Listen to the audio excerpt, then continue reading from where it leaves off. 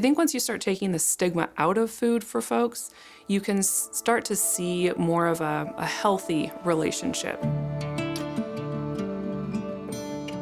My name's Stacy Ippolito, and I'm the Clinical Director for Oasis Eating Disorders Recovery. We are the Valley's only eating disorder PHP IOP treatment program. We're really excited that we have this opportunity here in the Valley. It's not been something that's been available to a lot of the residents here. Even local counties also don't have this service. We serve all genders. One of the things that we know about eating disorders is that they don't discriminate. So what we typically are seeing in the office is men, women.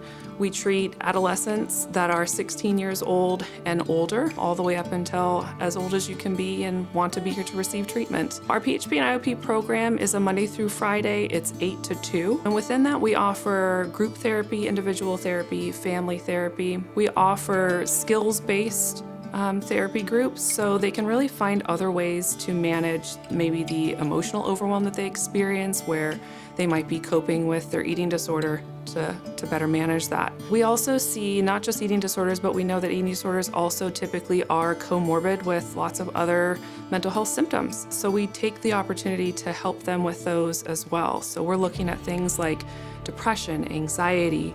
A lot of our patients have trauma history.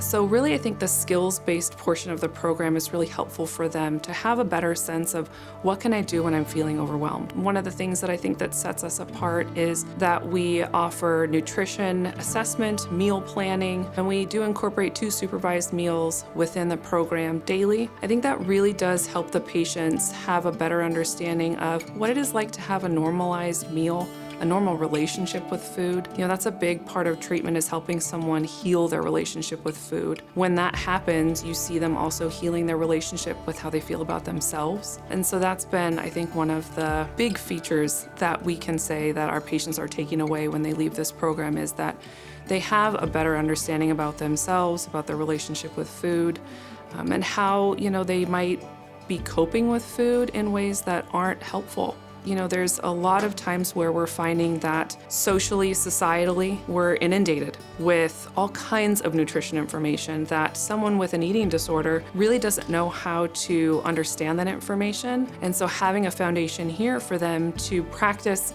normalized eating, becoming more of an intuitive eater. You know, that's a big philosophy that we have here in the program, which normalizes food. You know, there's no good foods, no bad foods.